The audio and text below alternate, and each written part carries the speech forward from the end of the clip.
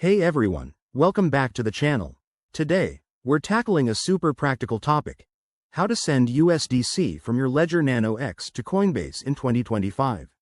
If you're into crypto, you know how important it is to move your assets securely, especially with all the updates in blockchain tech this year.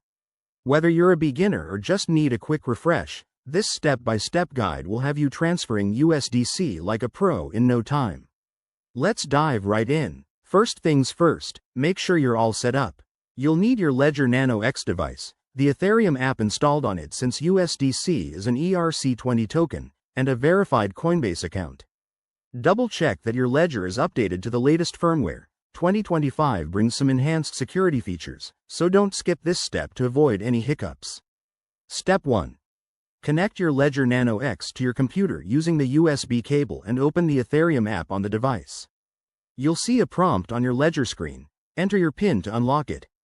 Once that's done, head over to Coinbase and log into your account.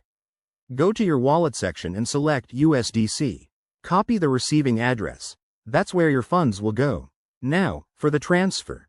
Open a compatible wallet interface like Ledger Live, which has been optimized in 2025 for smoother transactions.